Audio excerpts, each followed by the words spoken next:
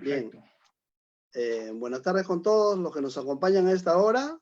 Mi nombre es Hugo Canevaro Fernández. Hoy es 14 de mayo del 2020 y me encuentro acompañado de los letrados Madeleine Reyes Gastelú, el doctor David Altaraz y el doctor Cristian Salas. Nos convoca un tema importante al cual hemos denominado COVID-19 y ejecución provisional de condena de primera instancia. Como quiera que se trata de un tema que aún consideramos no ha sido tratado, vamos a dividirlo en 4 aspectos. El primero, que lo voy a empezar yo, básicamente, que es la regulación de la ejecución de la sentencia de primera instancia, y esto lo encontramos en el Código de Procedimientos Penales, y una vez planteado el problema, buscaremos darle alguna alternativa de solución, y para ello el doctor David Altaraz nos propondrá como una primera alternativa los criterios que se hayan contenidos en el artículo 29A del Código Penal respecto a la vigilancia electrónica personal, y también lo vinculará con el artículo 6º del título preliminar del Código Penal sobre el principio de ejecución de garantía de ejecución. Y esperemos que le alcance tiempo, doctor, para que nos pueda hablar del artículo 143 del Código Procesal Penal del 91. Luego la doctora Madeleine Reyes nos dará una alternativa número 2, que sería el adelanto del artículo 418 del Código Procesal Penal, y finalmente, como una alternativa 3, el doctor Salas nos hablará de los criterios adicionales de justificación para la excarcelación de estas personas. Entonces, ya empezando el tema que nos convoca, quisiera contextualizar el problema. Y todo empieza por el problema del COVID. El COVID-19 es un virus letal que en grado de pandemia ha alcanzado a todo el mundo. Hoy día acá en el Perú se nos reporta que tenemos fallecidos más de 2.000 personas e infectados del día de ayer creo que eran 74.000, hoy día son 80.000, más de 80.604. Entonces, en esta cruda realidad que afecta a poblaciones vulnerables, el Ministerio de Salud ha declarado la emergencia sanitaria y el gobierno peruano ha dictado medidas de urgencia que todos conocemos y que nos obliga al aislamiento social obligatorio. En rigor, estas normas hablan de poblaciones vulnerables y les da ciertas características, como personas mayores de 60 años, con enfermedades preexistentes, en fin. Pero a quienes no considera como personas vulnerables son a quienes se encuentran privados de libertad. Y de ahí viene un primer pensamiento. Si nosotros que nos encontramos en libertad, el Estado nos da mecanismos para preservar nuestra salud y nuestra vida, y nosotros mismos también aportamos a eso, y sin embargo ahora tenemos más de 80.000 contagiados, ¿cuál es la posibilidad de una persona que se encuentra privada de libertad? Bueno, el Estado en realidad está haciendo oído sordo a esta realidad, a tal punto que la Comisión Interamericana hace poquitos días, el 8 de mayo, ha emitido un comunicado, el 107-20, que invito a todas las personas a que lo lean, porque hace un diagnóstico importante del estado de la realidad carcelaria en el Perú. E incluso se mencionan motines que las noticias no nos habían llegado acá, diferentes partes al interior del país, e insta al Estado a asumir una posición un poco más realista respecto a esta realidad. También se analiza en este comunicado de prensa las normas que el gobierno viene dictando.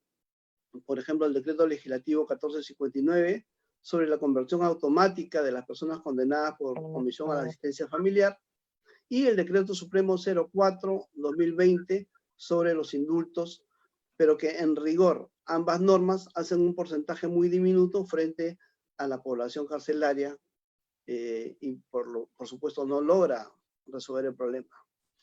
La Defensoría del Pueblo, en una nota de prensa del día 12, hace 2 días, también nos ha puesto en una realidad muy cruda. Y ya señala en este comunicado que en el penal de mujeres de Chorrillos, donde no había llegado el virus, ya se ha instalado. E insta y exhorta al INPE y al Estado a que se tomen medidas más adecuadas. Ahora bien, el Poder Judicial también ha dado su granito de arena, pero lo ha hecho respecto a la revisión condicional de la pena como un proyecto y también a la revisión de la prisión preventiva. Con ello ya vemos que el primer proyecto está referido a los condenados y el segundo a los procesados. Pero esto ya nos va llevando a nuestro problema. Lo que se olvida en la Defensoría, el Poder Judicial y el Estado mismo es que en una población carcelaria no existen solo dos grupos definidos netamente como condenados y como procesados. En el intermedio de ambos hay un grupo también importante de personas que están privadas de libertad, que han sido condenadas en primera instancia, pero no son condenados en el sentido de que su sentencia queda firme. Por lo tanto, si bien han recibido una primera sentencia, su expectativa de que puedan salir absueltos todavía está vigente. Pueden salir absueltos, se revoca la sentencia, en fin. Por lo tanto, a ellos les asiste el derecho a la presunción de inocencia. Pero las reglas que se rigen para los procesados no les rigen a ellos porque el procedimiento prácticamente ha terminado con ellos y están en una etapa casi final del proceso. Frente a esta realidad, vemos que el Código de Procedimientos Penales faculta a los magistrados a imponer sentencia condenatoria anticipando la pena, es decir, emitiendo sentencia condenatoria efectiva a través del artículo 286, pero no regula que en el interín de esta impugnación se pueda suspender y por lo tanto queda efectiva la pena. Efectiva provisionalmente hasta que no se resuelva su situación jurídica. Esa es la situación que hoy nos convoca, porque existe un grupo de población penitenciaria, hombres, mujeres, también con las características que ha señalado los reglamentos del Ministerio de Salud, es decir, son personas adultas con problemas preexistentes que afectan en realidad su vida y por lo tanto merecen que el Estado ponga sus ojos en ellos y les dé algún tipo de solución, lo cual hasta ahora no se ha hecho. Por ello es que vemos que el Poder Judicial en sus proyectos están referidos solamente, por lo menos hasta hoy, a los condenados y a los procesados. Pero a este grupo importante, solo por el hecho de ser personas ya es importante, se le debe respetar su vida, su salud, y es por ello que el día de hoy vamos a escuchar algunas propuestas y le cedo en este caso la palabra al doctor David Altaraz con la primera ponencia, digamos, las perspectivas que nos va a dar sobre la aplicación del artículo 29A y los demás elementos que ya hemos señalado. Adelante, doctor. Le agradezco, doctor Canevaro. Buenas tardes con todos, colegas. Efectivamente, señor doctor Canevaro, usted ha circunscrito correctamente el supuesto, el tópico que finalmente va a ser objeto de evaluación el día de hoy. Existe un universo de personas que se encuentran ahorita privados de su libertad, no como consecuencia de una medida cautelar de prisión preventiva, sino como consecuencia de una sentencia condenatoria de primera instancia que ha establecido pena privativa de la libertad, ¿correcto? Pero que además están procesados bajo los alcances del Código Procesal Penal del 91 y del Código de Procedimientos Penales del 40. Y efectivamente existe aún la posibilidad de que esa condena de primera instancia pueda ser revocada por la Corte Suprema y recién ahí se podrá definir la situación jurídica de esto. Por lo tanto, existen circunstancias apremiantes. Existen procesados que se encuentran padeciendo enfermedades graves, algunos que son mayores de 65 años, otras madres gestantes que por su condición se hacen vulnerables al contagio de la pandemia del COVID-19. ¿Cuál es el primer problema que se genera, amigos? Que el Código de Procedimientos Penales del 40, en su artículo 293, señala expresamente que en los procesos ordinarios, interpuesto el recurso de nulidad, ¿correcto? Interpuesto el recurso de nulidad, de igual forma se tiene que cumplir la sentencia emitida por el tribunal. O sea, es decir, que cuando la sala penal que hace de primera instancia en un proceso ordinario dicta una sentencia condenatoria a pena privativa de libertad, el procesado tiene que cumplir sí o sí dicha disposición. A diferencia, amigos, del artículo 418, inciso 2 del nuevo Código Procesal Penal, que le faculta al juez la posibilidad de que emitida la sentencia de primera instancia, éste pueda suspender los efectos hasta que se resuelva la apelación por la Sala Penal de Apelaciones. Ese es el problema que nos trae el día de hoy a efectos de poder dar algunos planteamientos, algunas soluciones al caso. Como no existe entonces una norma procesal especial que regule este tópico, hay que aplicar un criterio del derecho, de la teoría general del derecho. Hay que recurrir a los principios del título preliminar del Código Penal, que es un precepto de carácter general.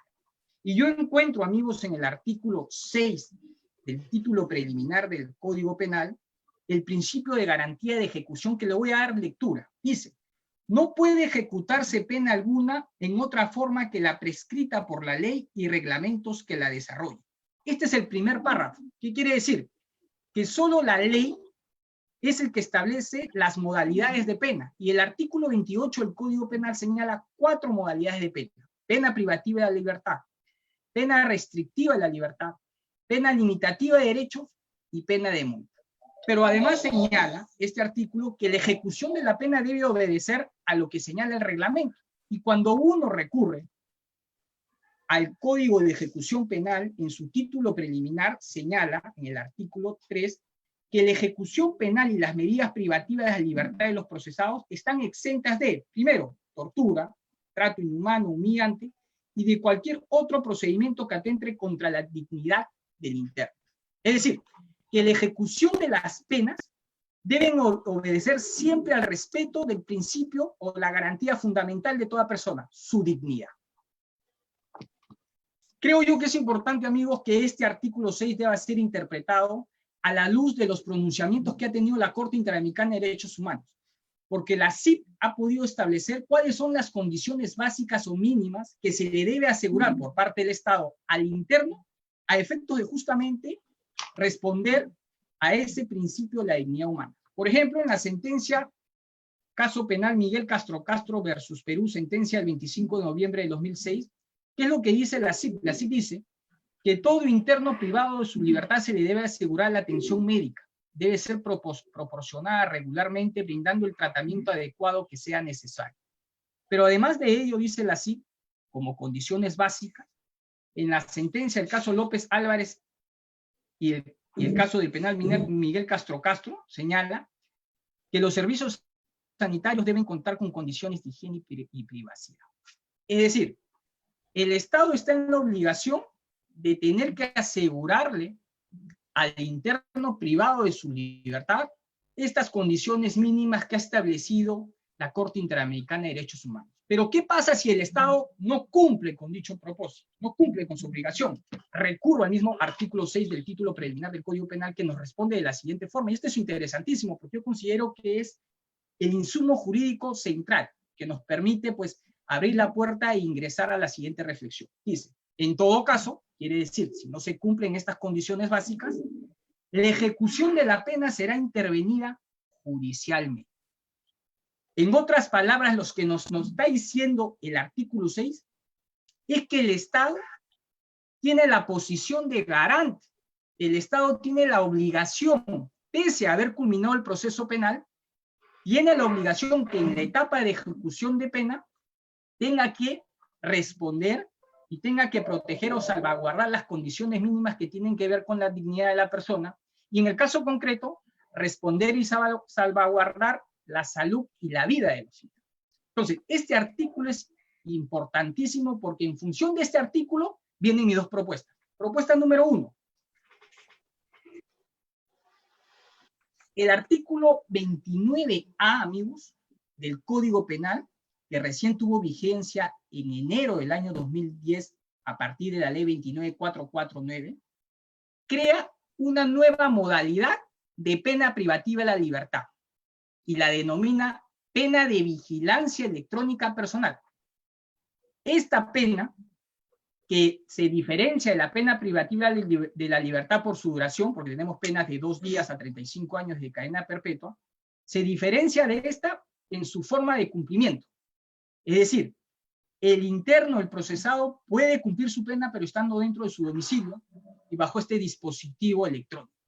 Y yo creo que esa sería una salida, solicitarle a la Corte Suprema, porque estamos en el tópico del Código de Procedimientos Penales del 40, que se convierta a través del artículo 52 del Código P que regula la conversión de las penas, que se convierta la pena privativa de la libertad por pena de vigilancia electrónica. Inclusive, el acuerdo plenario, amigos, del 2019, que regula la vigilancia electrónica, ha establecido y ha reconocido que la vigilancia electrónica personal es menos onerosa que mantener a un preso dentro de un centro penitenciario.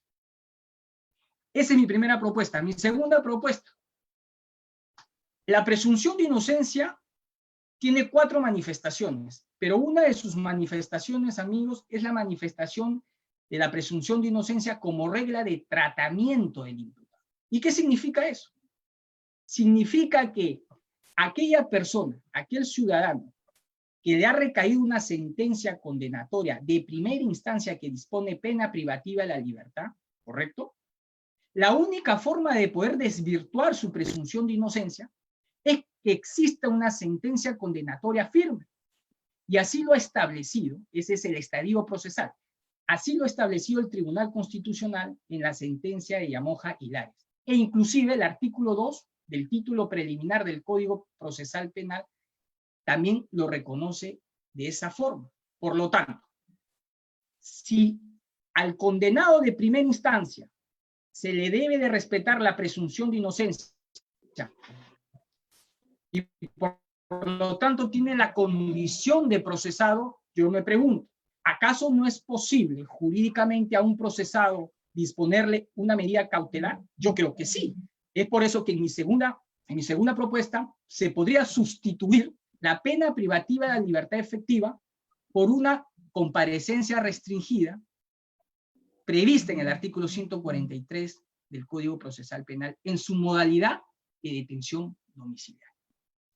Esas son las 2 propuestas que yo pongo sobre la mesa a efectos de que la Sala Suprema pueda atenderlas y pueda resolverlas. Paso, muchísimas gracias, amigos. Cedo el uso de la palabra a la doctora Madeleine Reyes. Muchas gracias, doctor.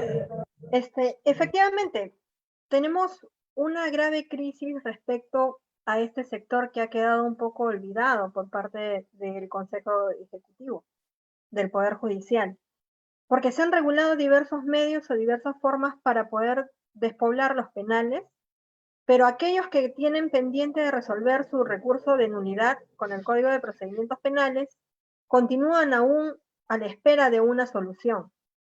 Y es una realidad que todos los abogados litigantes conocen, que un recurso de nulidad puede estar en espera cerca más de 6 meses, 1 año, inclusive algunas veces hasta 2 años, a la espera que la Corte Suprema revise su caso y confirme o revoque la sentencia por la cual ellos vienen purgando prisión. Es en ese sentido y que a efectos de lograr una pronta solución, algo que sea rápido para poder aplicarse, mi propuesta es que se adelante la vigencia del artículo 418 del Código Procesal Penal, del nuevo Código Procesal Penal, y que se aplique a los procesos que están a la espera de que se resuelva el recurso de nulidad ante la Corte Suprema. ¿Qué dice el artículo 418? Específicamente el inciso 2. Dice, si se trata de una sentencia condenatoria que imponga pena privativa de libertad efectiva, este extremo se ejecutará provisionalmente. En todo caso, el Tribunal Superior, en cualquier estado del procedimiento recursal, decidirá mediante auto inimpugnable, atendiendo a las circunstancias del caso, si la ejecución provisional de sentencia debe suspenderse. Este artículo 418 está vigente actualmente para el nuevo Código Procesal Penal y también para el proceso inmediato. Pero yo propondría que se aplique para estos casos llevados con el Código de Procedimientos Penales y que, si bien es cierto, están condenados, no tienen una sentencia firme. y llevan ya más de 6 meses, 1 año, 2 años esperando que la Corte Suprema vea su proceso. Nos respalda el Tribunal Constitucional, quien a través de el expediente 2748-2010 HCTC señaló que las normas del Código Procesal Penal, aun cuando no se encuentren vigentes, pueden servir, dice, de parámetro interpretativo para la solución de otros casos en que sean aplicables estas normas.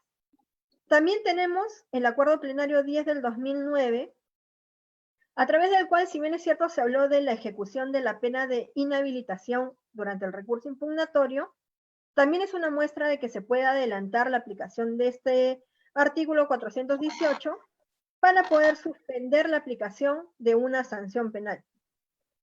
Finalmente, tendría que invocar también el principio de humanidad de las penas, porque las personas no pueden llevar una cárcel bajo la incertidumbre de no saber cuándo se va a resolver su caso, cuándo en realidad se va a definir su situación jurídica. Y en ese sentido, de forma rápida, oportuna, más aún con todo el estado de crisis carcelaria que se ha presentado por esta pandemia, por el coronavirus, podemos nosotros, adelantando la vigencia del artículo 418 del Código Procesal Penal y aplicándola al Código de Procedimientos Penales, específicamente a este rubro, a los procesos que se encuentran con sentencia de primera instancia y a la espera de que se resuelva el recurso de nulidad, podríamos nosotros despoblar las cárceles con mayor efectividad y sin restricciones en cuanto al número de los años que se les ha impuesto. Ese sería mi aporte en esta oportunidad. Gracias. Adelante, doctor Salas. Gracias, colegas. Sin duda, las propuestas resultan no solo viables, sino adecuadas para afrontar el problema. Un problema no solo para el Estado, en realidad es un problema de vida para los ciudadanos que están encarcelados en esta situación. Han sido condenados en primera instancia, han impugnado esa condena y porque el Código Antiguo lo establecía, están hoy en ejecución provisional de esa condena, esperando la decisión de segunda instancia. Estas personas no solo tienen un problema técnico-legal de debate doctrinario, tienen un problema de vida. Si esas personas hoy, en el contexto de un establecimiento penal, son contagiadas, se van a morir. Así de sencillo. Entonces, aquí hay que tener en cuenta que el mensaje que los jueces tienen que adoptar, tiene que partir uno por un nuevo razonamiento. Ojo con esto, ojo. ¿Por qué la necesidad de un nuevo razonamiento, una nueva dinámica de razonamiento? Porque los jueces hoy no pueden evaluar estos pedidos de excarcelación como lo venían haciendo antes de la pandemia. Porque antes de la pandemia estos pedidos pues, eran evaluados de acuerdo a lo que la norma establecía taxativamente, de acuerdo al pedido previo de informes, etc. Hoy no puede tener un criterio meramente legalista porque tiene por encima un bien jurídico que proteger. Ojo, tiene la obligación de protegerlo, es la vida. ¿Por qué digo eso? Porque el Estado, conforme ustedes correctamente han desarrollado, se ha obligado a compromisos internacionales a salvaguardar la vida de las personas que tienen privadas de su libertad en uso legítimo de punir la ejecución penal, sin duda. Pero esta obligación prima, ojo con esto, prima por sobre el deber de sancionar. Esto hay que tener. Un juez puede tener hoy en balanza fin del proceso o vida. No, porque es la vida la que siempre tendrá que primar. Se muere el procesado, se acabó el proceso y se murió el procesado. Otra cosa es que excarcele a las personas y que es otra medida que te garantice su presencia en el proceso. Esa es la salida. Entonces, hoy los jueces tienen que tener una nueva dinámica de razonamiento. Los mismos abogados. Al inicio de esta pandemia, algunos incluso decíamos, no, el CES no Lo correcto sería habeas corpus, es decir, tenemos otro criterio de razonamiento como si estuviéramos en un contexto normal, pero ya no es así. Estamos en un contexto de emergencia, un contexto excepcional, donde el razonamiento judicial frente a las especulaciones no tiene que ser formalista, tiene que ser fictivo. Ojo con esto, fictivo. El juez lo que tiene que buscar es determinar que esa persona se expuesta a un alto riesgo de muerte en el contexto de las prisiones.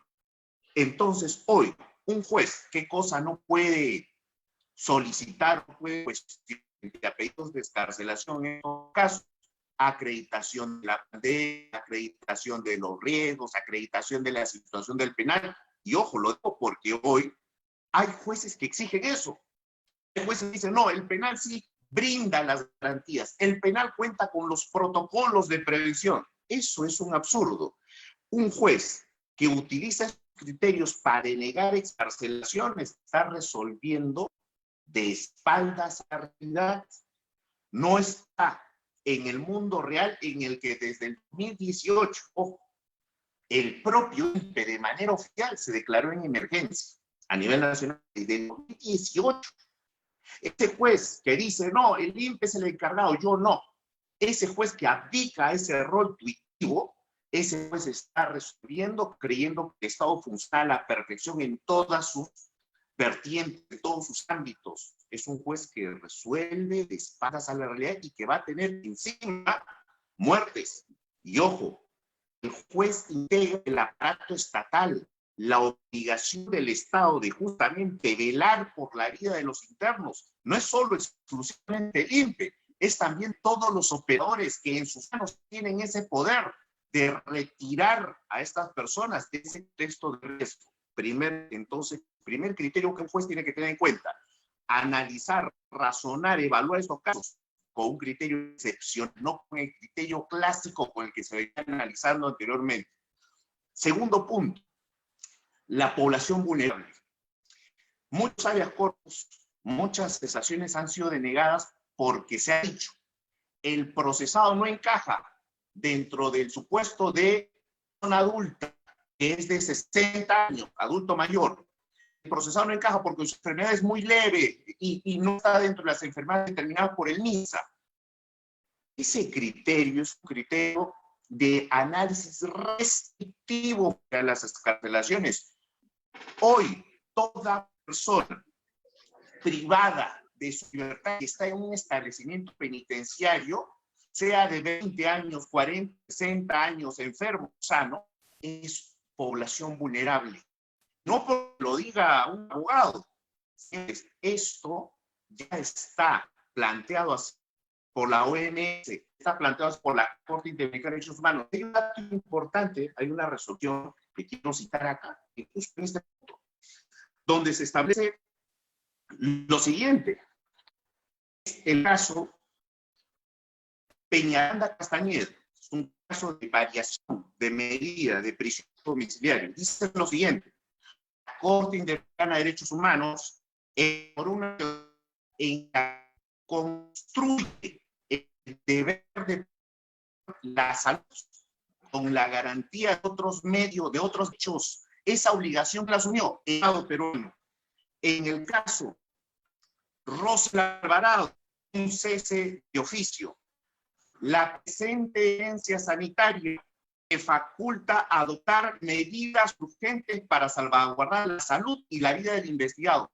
La emergencia sumada a las condiciones carcelarias, sumada a la naturaleza misma de esta pandemia, colocan a cualquier interno, a cualquiera, lo colocan en situación de población vulnerable. Por tanto, el análisis de ubicar a la persona interno que reclama excarcelación como población vulnerable solo y supera 60 años o si tiene alguna enfermedad grave es absurdo. No estamos viendo en su real dimensión el peligro que acarrea esta pandemia. Entonces, este segundo aspecto es importante tenerlo en cuenta por parte de un juez para que no haga un análisis restrictivo, sino que en este momento, en vía de excarcelación, tiene que hacer un análisis mucho más amplio.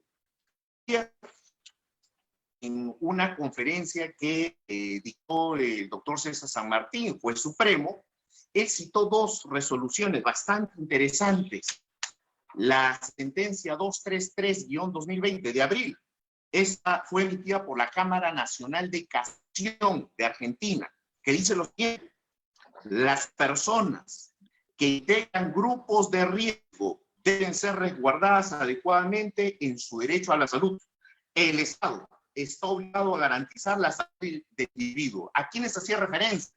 No a mayores de 60 años, no a enfermos graves en los hospitales, hacía referencia a toda la población carcelaria. Son en condición de estar en una prisión, personas en riesgo. La otra resolución que citó fue el 91-2020 del Tribunal Supremo de España, que dice: la preservación del derecho a la salud, haciendo referencia a los presos, demanda en momentos excepcionales como este toda la posible por parte del Estado, no porque se la antoje al gobierno, sino porque el Estado está en la obligación de garantizar la vida de las personas que están bajo su supervisión, bajo su cuidado, bajo sus medidas de resocialización en las prisiones. Esto es importante para que los jueces entiendan de que aquí no estamos en un contexto normal de pedidos de escarcelaciones y de búsqueda de medidas que busquen generar cierta impunidad o ir a la justicia.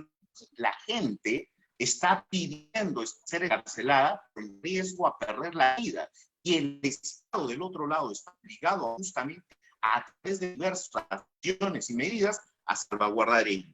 Y ahora aterrizamos en nuestro punto. Nuestro caso, el caso que estamos debatiendo es bastante interesante. ¿Por qué? Porque estamos en contexto de cese de prisión preventiva. No estamos investigados que están en espera reciente del juicio oral.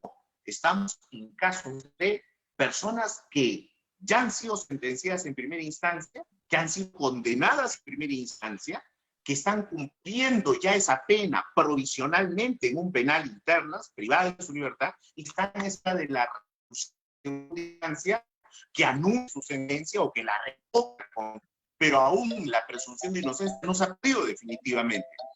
En este supuesto, lo que tenemos que tener claro es lo siguiente: el Estado peruano, a través de los jueces, tienen que adoptar medidas legislativas y acciones concretas de las decisiones de los jueces en cada caso concreto. En este caso, sin duda que resulta viable que se adelante la normativa que establece que la sala superior, la que va a ver el recurso, pueda, incluso tendría que ser hasta de oficio, suspender la ejecución del cumplimiento de esa pena, suspenderla.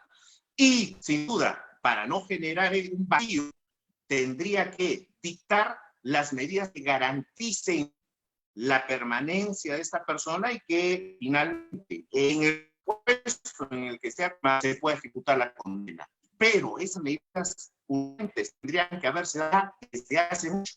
Estamos a más de 2 meses de la pandemia y todos los proyectos que he analizado, todas las reformas, las directivas circulares, hablan de todo menos de esta condición. Se toca si esto, y este es un problema latente. Hay gente que está en prisión, en cárcel, esperando una solución. Si el Ejecutivo quisiera darle una solución inmediata, sería muy simple: adelantar la vigencia del 418 y listo, ahí tenemos una alternativa muy concreta. Segundo, ayer el doctor San Martín lanzaba un mensaje para todos los jueces y decía: los jueces, para resolver con justicia y para resolver salvaguardando la vida de los procesados, no necesitan una norma que les diga, oye, libera a todos. No. Los jueces lo que necesitan es utilizar su criterio, el control constitucional que ellos perfectamente pueden desarrollar. Y entonces, en cada caso concreto, de acuerdo a las circunstancias, a los riesgos, a los peligros, el juez podría perfectamente, haciendo tomar una decisión intuitiva, cautelar la vida de estas personas.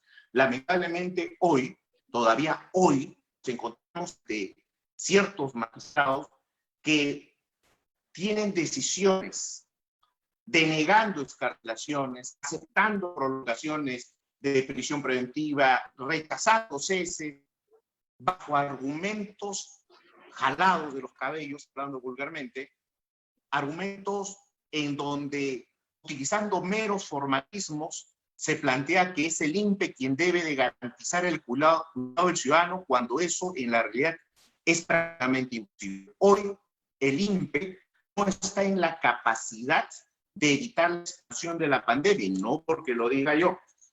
Miren lo que nos dice la resolución del caso Misha Mancilla hace poco. Es una sustitución de prisión por arresto domiciliario, lo que indica el INPE no puede evitar que la pandemia del COVID-19 se propague en las cárceles del país. Es decir, estamos ante hechos innegables, hechos que no necesitan probanza porque son públicos y notorios, donde los jueces tienen que hacer uso de un criterio y de un razonamiento intuitivo.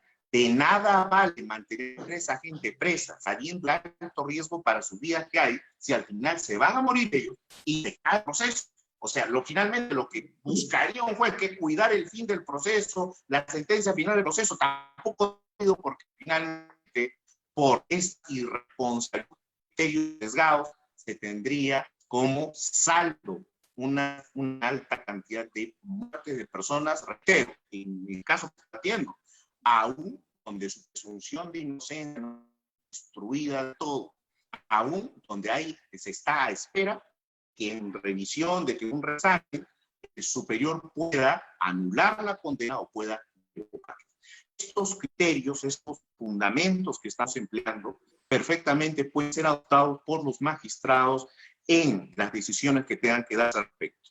Reitero, las propuestas de modificación legislativa son sin duda viables, pero los jueces sin necesidad de modificación legislativa, haciendo uso del poder discrecional y sobre todo de la obligación de tutelar la vida, podrían adoptar estos fundamentos expuestos a efecto de no exponer más a estas personas, a las que cada día en prisión importa un riesgo altísimo para las cárceles. No nos garantizan atención debida, motines, el sistema administrativo de los penales no está funcionando, muchos agentes del INPE han renunciado, personal de salud en muchas prisiones han salido, han abandonado su puesto, los pocos que resultan insuficientes, las medidas de aislamiento son carentes, la limpieza extrema que se requiere justamente para evitar o prevenir el contagio es casi nula, motines, muertos. Entonces no hay una garantía de cuidado de esas personas cuya presunción de inocencia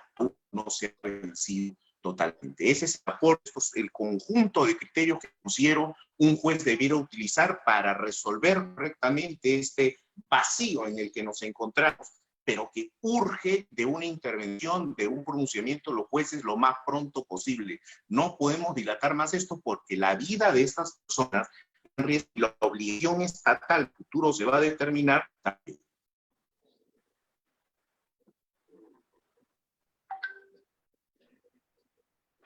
Bueno, creo que nos quedan unos minutitos como para poder, más que hacer un resumen, dar una segunda ronda de unos 3 minutos cada uno y cerrar la posición que asumimos todos frente a este problema.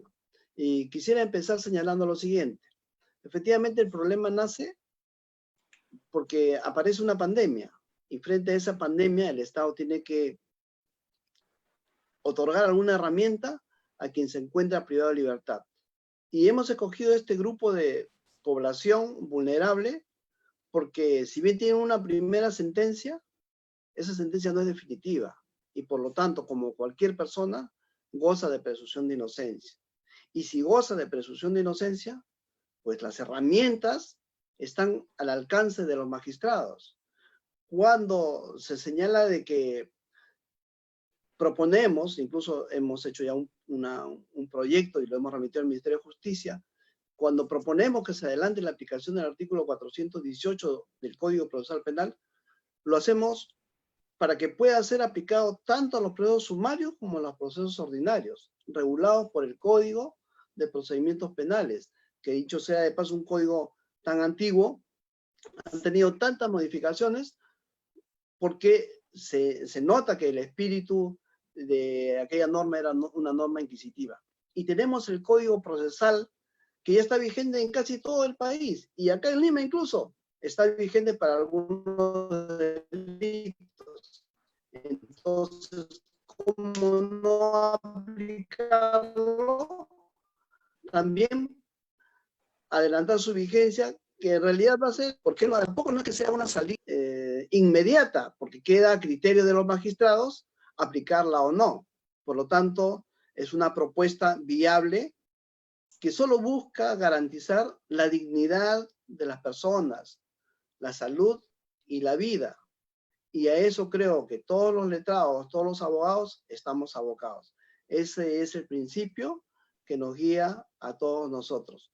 En consecuencia, termino diciendo que las propuestas que estamos haciendo a través de lo que ha señalado el doctor David Altaraz, la doctora Madeleine Reyes y el doctor Salas, están dirigidas a preservar estos principios en favor de las personas que están hoy día en serio riesgo. Doctor si me permite acotar, doctor Canevaro, me parece interesante, me parece importante la propuesta del adelantamiento del artículo 418 del Código Procesal Penal del 2004, en este caso en concreto. Es una propuesta que tiene una expectativa de futuro, pero creo que es importantísimo porque veo que la solución en este momento se encuentra en el artículo 6 del título preliminar del Código Penal, si es que uno hace una interpretación de cara a lo que ha establecido la Corte Interamericana de Derechos Humanos. Por ejemplo, la CIP, en la sentencia Caso Neira Alegría y otros versus Perú, sentencia del 19 de enero de 1995, la Corte Interamericana de Derechos Humanos señala lo siguiente, algo interesante. Este tribunal ha establecido que de conformidad con los artículos 5.1 y 5.2 de la Convención, toda persona privada de libertad tiene derecho a vivir en condiciones de detención compatibles con su dignidad personal. Además, el Estado debe garantizar el derecho a la vida y a la integridad personal de los privados de libertad, en razón a que éste se encuentre en posición especial de garante con respecto a dichas personas. Y la posición de garante a la que hace referencia la Corte Interamericana de Derechos Humanos se desprende justamente de la lectura del artículo 6 del título preliminar del Código Penal, que por cierto, al ser un principio y no una regla, se debe de interpretar de manera amplia y extensiva. ¿Qué quiere decir eso?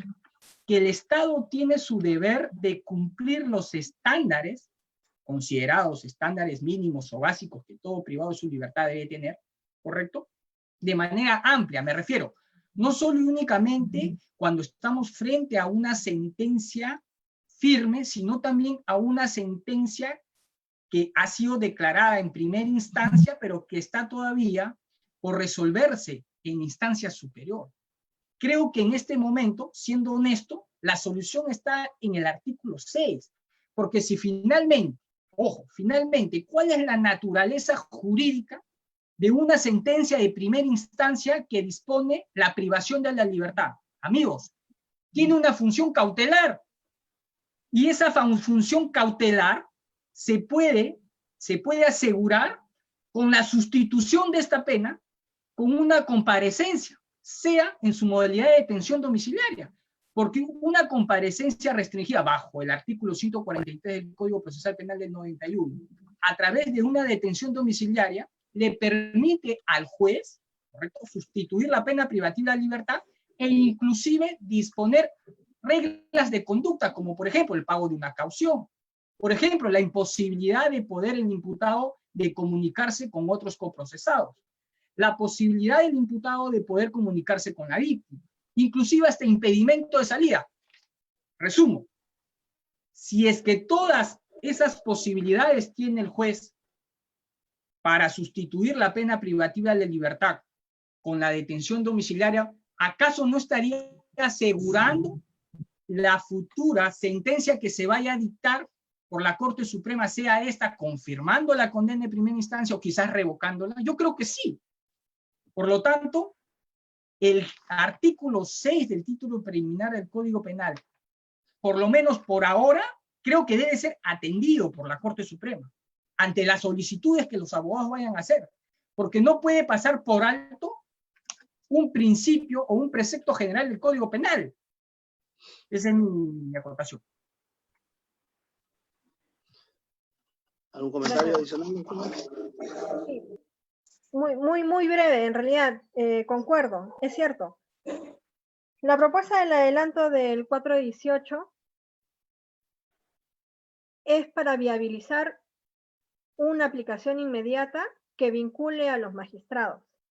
Porque utilizando el título preliminar del Código Procesal Penal, utilizando también el título preliminar del Código Penal, que señala que las normas internacionales están por encima en realidad de todas las normas, y que toda la aplicación de las penas debe ser de acuerdo a lo que ha señalado la Corte Interamericana de Derechos Humanos y respetando en realidad todos los principios y derechos que se le reconoce a todo ciudadano, porque no por el hecho de estar presos pierden sus derechos.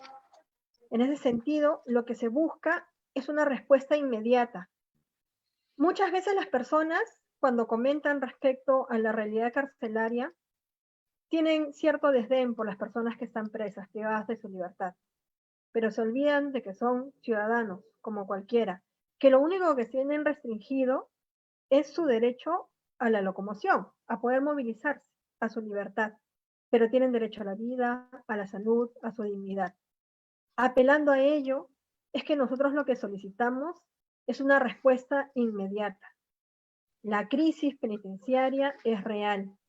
Se ha habilitado hace poco el establecimiento penitenciario San Jorge. Han trasladado a 7 personas y desde ya hay denuncias respecto a cómo está implementado dicho establecimiento, que ya han aclarado que no es un establecimiento penitenciario, que es un recinto de aislamiento transitorio donde solamente hay unas carpas. Entonces, ¿de qué estamos hablando? ¿A qué estamos condenando a estas personas? No solamente a que estén privadas de libertad, sino que las estamos condenando a que pierdan su vida.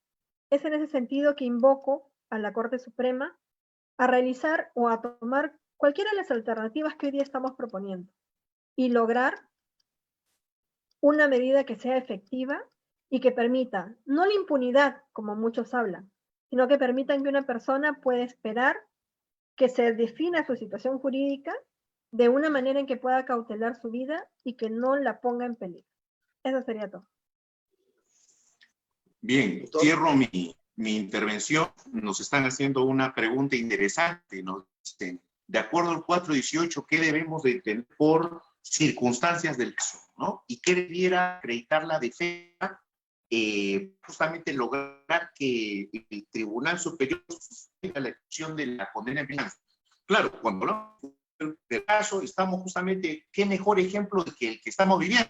La existencia de una pandemia, el decretar un estado de emergencia por el propio gobierno, el INPE declarado desde 2018 en estado de emergencia, muertes en los por agentes del INPE y de parte de los propios internos. Es decir, ¿qué otra circunstancia adicional a esa, más que esa? Ahí las tenemos.